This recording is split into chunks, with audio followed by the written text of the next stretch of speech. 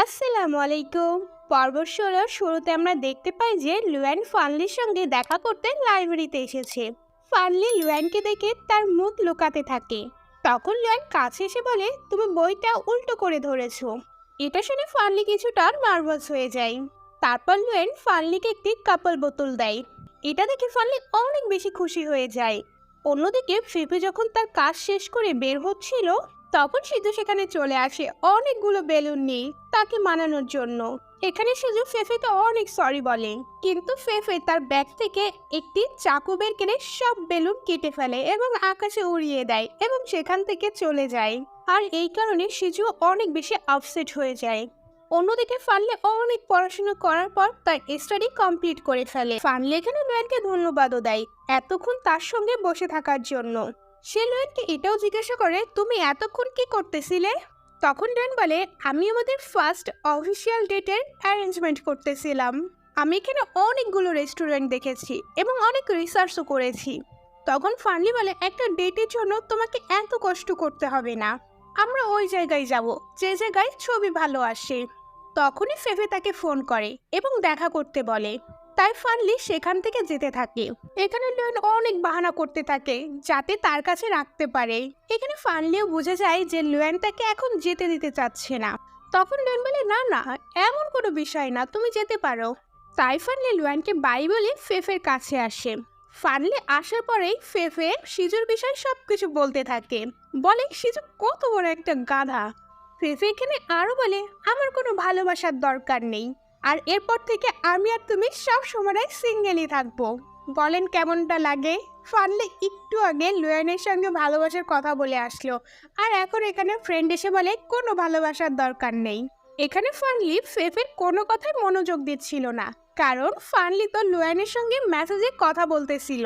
এটা দেখে ফেফে বলে, তুমি কি আমার কথা শুনতেছো? তখন ফানলি তার ফোন রেখে দেয়। তখন ফেফে বলে, তুমি কি আমার কাছে কিছু লুকাচ্ছো? ফানলি ফেফেকে বলতেই যাবে যে তারা দুজন রিলেশনশিপে আছে, তার আগেই ফেফে নিজেই বলে, না না, আমি মনে ভুল ভাবতেছি, তোমাদের দুইজনের কিছুই হতে পারে না।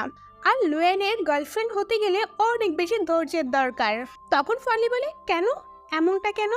তখন ফেফে বলে, লুয়েন কত বেশি হ্যান্ডসাম, কলেজের সবাই তো তার সঙ্গে রিলেশন করতে চায়। আর যে লুয়েনের গার্লফ্রেন্ড হবে, কলেজের সবাই তো তাকে ঘৃণা করবে। আর এই কথা ফানলির মনে বসে যায়, আর ফানলি এটা ভেবে অনেক বেশি টেনশনে পড়ে যায়। অন্যদিকে লুয়েন যখন লাইব্রেরিতে বসে কাজ করতেছিল, তখন জিয়াও তার কাছে আসে। জিয়াও তার বোতল দেখে বলে, এই বোতলটা তো অনেক বেশি সুন্দর, তুমি এটা কোথা থেকে নিয়েছো? তখন লুয়েন তার হাত থেকে সেই বোতলটি নিয়ে নেয়, আর লুয়েন তার সকল জিনিসপত্র গুছিয়ে সেখান থেকে যেতে থাকে। তখন জিয়া বলে, ফানলি পরীক্ষা দেয়নি, এতে আমার কোনো দোষ ছিল না। তখন লুয়েন বলে, আমি তো এই পরীক্ষার বিষয়ে কোনো কথাই বলিনি। আর এটা বলে লুয়েন সেখান থেকে চলে যায়। তারপর ফানলি যখন কলেজে আসে, তখন একটা মেয়ে ফানলির কাছে আসে এবং তাকে বলে যেন সে লুয়েনকে ভোট করে। তখন ফানলি তাকে জিজ্ঞাসা করে, তুমি লুয়েনের হয়ে ভোট কেন চাচ্ছ? তুমি কি তাকে চেনো? তখন সেই মেয়েটি বলে, লুয়েন হচ্ছে কম্পিউটার সায়েন্সের সবচেয়ে ফেমাস বয়, আর আমি তাকে অনেক বেশি পছন্দ করি, আর আমি তার জন্য সবকিছু করতে পারি। এটা শুনে ফানলি আরো বেশি টেনশনে পড়ে যায় এবং সেখান থেকে যেতে থাকে। তারপর ফানলি তার রুমে যেয়ে এইসব বিষয়ে ভাবতে থাকে। তখনই লুয়েন তাকে মেসেজ করে এবং তার সঙ্গে দেখা করতে বলে। তাই ফানলি মনে মনে ভাবে, আমি আর এইসব বিষয়ে টেনশন করব না, আমি সম্পূর্ণ ফোকাস করব আমাদের ফার্স্ট ডেট নিয়ে। তারপর ফানলি অনেক সুন্দর করে তৈরি হয়। তখন জিয়াও তাকে দেখে বলে, তুমি কি কোথাও যাচ্ছ? ফানলি কোনো উত্তরই দেবে তখনই সেখানে জিয়াও চলে আসে। জিয়াও সবাইকে বলতে থাকে, আমার বয়ফ্রেন্ড অন্য একটা গার্লফ্রেন্ড বানিয়ে ফেলেছে, আর এতে সে অনেক বেশি জেলাস ফিল করতেছে, আর আমি যদি ওই মেয়েটাকে পাই না, আমি ওই মেয়েটাকে একদমই ছাড়বো না। তাদের এমন কথাবার্তা শুনে ফানলি আবারও টেনশনে পড়ে যায় আর ওখান থেকে চলে যায়। নিচে লুয়েন তার জন্য অপেক্ষা করতেছিল। ফানলি সেখানে আসার পর লুয়েন তার হাত ধরতে যাচ্ছিল। এখানে ফানলি কিছুটা অস্বস্তি বোধ করতেছিল।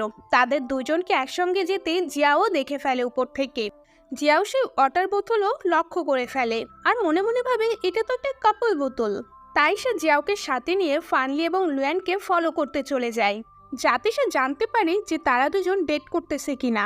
অন্যদিকে ফানলি এবং লুয়েন যখন হাঁটতেছিল, তখন লুয়েন ফানলিকে জিজ্ঞাসা করে, তুমি আমার কাছে কেন আসতেছো না? তখন ফানলি লুয়েনকে বলে, প্লিজ তুমি এখন কাউকে বলো না যে আমরা রিলেশনশিপে আছি। তখন লিওন বলে আমি তো পুরো পৃথিবীকে জানাতে চাই আমার গার্লফ্রেন্ডের বিষয়ে, আর তুমি লুকাতে বলতেছো। তখন ফানলি বলে আমারও কোনো টেনশন নেই, কিন্তু আমি এইসবের জন্য এখন রেডি না। তাই লুয়েনও এই রিলেশন লুকানোর জন্য রাজি হয়ে যায়। তারপর তারা দুজনেই একটা দামি রেস্টুরেন্টে যায়। তারপর লুয়েন সেখানে যেয়ে ফানলিকে মেনু কার্ড দেয়। ফানলি সেখানে মেনু কার্ড দেখে এবং দেখে যে সবকিছুর দাম অনেক বেশি। তখন ফানলি বলে আমরা অন্য কোথাও যেতে পারি না। তখন লুয়েন বলে না, এটা আমাদের ফার্স্ট ডেট, এরপর থেকে আমাদের anniversary, second anniversary, marriage anniversary সব আমরা এখানেই পালন করব। এটা শুনে ফানলি অনেক বেশি ব্লাশ করতে থাকে। তখন ফানলি বলে এইসবের জন্য এখনো অনেক সময় বাকি। তখন লুয়েন বলে না, আমরা গ্রাজুয়েট হওয়ার পরেই আমরা বিয়ে করে ফেলবো। এটা শুনে ফানলি অনেক বেশি নার্ভাস হয়ে যায়, এই যে সে কেমন রিয়াক্ট করবে। তাই সে বলে আমি ওয়াশরুম থেকে আসতেছি। ওয়াশরুমে আসার পর সে আয়নায় তাকে দেখে অনেক বেশি ব্লাশ করতে থাকে আর অনেক বেশি খুশি হয়ে যায়। অন্যদিকে জিয়ান এবং জিয়াও লুয়েনের কাছে চলে আসে। জিয়ান লুয়েনকে বলে তুমি তো এখানে একা আসোনি, তোমার সঙ্গে কে এসেছে? তখন লুয়েন বলে হ্যাঁ, আমি এখানে অনেক গুরুত্বপূর্ণ একজনের সঙ্গে দেখা করতে এসেছি। লুয়েন এখানে জিয়াও এবং জিয়ানের অনেক বেশি ইনসাল্টও করে, তাই তারা দুজন সেখান থেকে চলে যায়। তারা দুজন সোজা ওয়াশরুমের ওইখানে যায় ফানলিকে খোঁজার জন্য। এর জন্য লুয়েন ফানলিকে কল করে এবং বলে জিয়ান এবং জিয়াও ওয়াশরুমের দিকে যাচ্ছে তোমাকে খোঁজার জন্য। লুয়েন আরও বলে আমি তাদের দুজনকে আটকাচ্ছি, ততক্ষণে তুমি এখান থেকে চলে যেও। তারপর জিয়াও এবং জিয়ান যখন ওয়াশরুমের দিকে যাবেই লুয়ান তাদের আটকায় এবং তার কথার চালিয়ে ফাঁসিয়ে ফেলে, আর ফানলি লুকিয়ে সেখান থেকে চলে যায়। তখন ফানলি লুয়ানকে বলে আমি বুঝতে পারতেছি যে তোমার একদমই ভালো লাগেনি, কিন্তু সত্যি আমি এইসব করতে চাইনি। তারপর আমরা দেখতে পাই জিয়া এবং জিনকে, তারা দুজন কথা বলতেছিল। তখন জিয়ান বলে জিয়াও তুমি বললে না যে তোমার ক্রাশ গার্লফ্রেন্ড রিভিল করছিল, যার কারণে অনেক মেয়ে তাদের হেট করতেছে। আমারও মনে হয় ফানলি এর কারণে তাদের রিলেশনশিপ লুকিয়ে রাখতে চাচ্ছে, কারণ লুয়েনকেও অনেকগুলো মেয়ে পছন্দ করে। আর সবাই যদি জানতে পারে যে লুয়েনের গার্লফ্রেন্ড ফানলি, তাহলে সবাই ফানলিকে হেট করতে থাকবে। আর এই কথা আলোচনা করে তারা দুজন অনেক বেশি খুশি হতে থাকে। পরের দিন আমরা দেখতে পাই যে লুয়েন এবং ফানলি মলে গিয়েছে শপিং করার জন্য, কারণ লুয়েনের গেম প্রেজেন্টেশনের জন্য একটা স্যুট কেনার ছিল। এখানে তারা দুজন অনেক সুন্দর কাপলের মতো ঘুরে বেড়াচ্ছিল।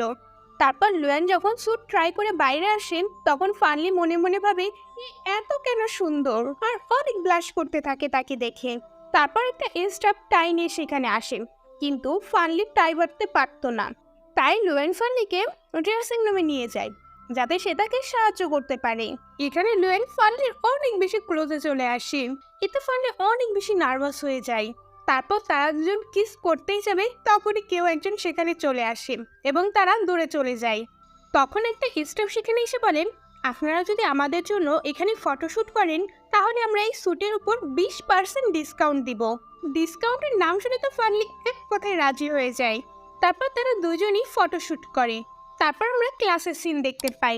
লুয়ান পেছনে বসে ফানলিকে দেখতেছিল, কিন্তু যেও বারবার তাদের দুজনের মাঝখানে চলে আসতেছিল যাতে লুয়ান ফানলিকে দেখতে না পারে। তখন শিক্ষক লুয়ানকে নোটিস করে ফেলেন এবং বলে তুমি বারবার এদিক ওদিক কেন তাকাচ্ছ? তখন লুয়ান বলে আমি ঠিক মতো দেখতে পারতেছি না। তাই টিচার তাকে বলে তুমি সামনে এসে বসো। তাই লুয়ান তো অনেক খুশি হয়ে ফানলির পাশে যেয়ে বসে। এখানে তারা দুজনের হাত ধরে একসঙ্গে ক্লাস করতে থাকে। তারপর তারা দুজন যখন ক্লাসের বাইরে আসে, তখন তাদের কাছে সিজু আসে আর বলে তোমরা দুজন আমাকে সাহায্য করতেছো না। তারপর আমরা এদের সবাইকে একটি ক্যাফেতে দেখতে পাই। সিজুদের বলে আমি ফেবেকে মানানোর জন্য অনেক চেষ্টা করছি, কিন্তু ফেবে কিছুতেই রাজি হচ্ছে না। তখন ফানলি বলে আমি ফেবের সঙ্গে কথা বলবো, তুমি একদমই চিন্তা করো না, আর তোমাকেই চেষ্টা করতে হবে। আর হ্যাঁ, এটাও সঠিক যে তোমাকে হেট করে না, সে শুধুমাত্র রেগে আছে তোমার উপর। আর এটা শুনে সে যে অনেকটা রিল্যাক্স ফিল করে। এরই মধ্যে লুয়েন ফেফেকে বারবার ইশারা করতে থাকে, কারণ তারা একসঙ্গে মুভি দেখতে যেতে চেয়েছিল। তাই ফানলি সিজুকে বাই বলে যেতে থাকে এবং লুয়েনও বাই বলতে থাকে। তখন সিজু বলে লুয়েন তুমি আমাকে ছেড়ে কোথায় যাচ্ছ? তখন লুয়েন বলে আরে আমার খুব আর্জেন্ট একটা কাজ আছে, আমি তোমার সঙ্গে পরে দেখা করব। তখন সিজু বলে তোমরা দুইজন সিক্রেটলি ডেট করতেছো না তো? তারপর তারা দুজন ভাবতে থাকে সিজুর মাথায় এত বুদ্ধি কোথা থেকে আসলো। তখন সিজু নিজে নিজে বলে আরে আমি তো মজা করতেছিলাম, তোমরা দুজন ডেট করবা এটা হতেই পারে না। ফানলি যেতে যেতে বলে তুমি আর ফেফে একদম পারফেক্ট একটা ম্যাচ। এটা শুনে সেজো আরো বেশি খুশি হয়ে যায়। এরপর লুয়েন ফানলিকে ছাড়তে তার গেট পর্যন্ত যায়। এর পরের দিন লুয়েন খুব ভালোভাবে তার গেমের প্রেজেন্টেশন দিচ্ছিল। তখন একটা মেয়ে বলে, তোমার কেমন গার্লফ্রেন্ড দরকার, কারণ তুমি এত ভালো গেম বানিয়েছো। তখন লুয়েন ফানলির দিকে তাকিয়ে তার বিষয়ে বলতে থাকে। তখন ওই মেয়েটি বুঝে যায় যে লুয়েন ফানলির কথাই বলতেছে। তখন ওই মেয়েটি ফানলির বিষয়ে অনেক কথা বলতে থাকে, সাথে সবাইও অনেক বেশি কথা বলতে থাকে। তারা দুজন তাদের রিলেশনশিপের কথা লুকিয়েছে কারণ এই মেয়েটি লুয়েনকে একেবারেই ডিজার্ভ করে না। এটা শুনে লুয়েন সেই মেয়েটিকে আটকায় এবং বলে, এই বিষয়ে তোমার কথা বলা সাজে না, আর আমি আমার গার্লফ্রেন্ডকে সব সময় প্রোটেক্ট করব। তখন ফানলিও বলে দেয় যে লুয়েন আমার বয়ফ্রেন্ড আর আমি তার গার্লফ্রেন্ড। এটা শুনে সবাই তো অবাক হয়ে যায়। প্রেজেন্টেশনের পর তারা অনেক বেশি খুশি ছিল, কারণ তারা তাদের রিলেশনশিপের কথা একেবারে প্রকাশ করে ফেলেছিল। তারপর তারা দুজন একটা মূর্তির সামনে প্রে করতে থাকে। ফানলি সেই মূর্তিকে বলে, আমি আপনাকে যে ডেভিল থেকে বাঁচাতে বলেছিলাম সেই ডেভিলই এখন আমার বয়ফ্রেন্ড, আর প্লিজ আপনি এই ডেভিলকে মাফ করে দিয়ে। তারপর লুয়েন বাড়ি আসার পর তাদের দুইজনেরই ছবি দেখতেছিল এবং এর মধ্যে দিয়েই এই পর্বটা শেষ হয়ে যায়। কেমন লাগছে আমাকে জানাতে ভুলবেন না। যদি ভালো লাগে অবশ্যই লাইক, কমেন্ট এবং সাবস্ক্রাইব করে যাবেন। তো আজকের মতো আল্লাহ হাফেজ। নতুন পর্ব নিয়ে খুব তাড়াতাড়ি দেখা হচ্ছে।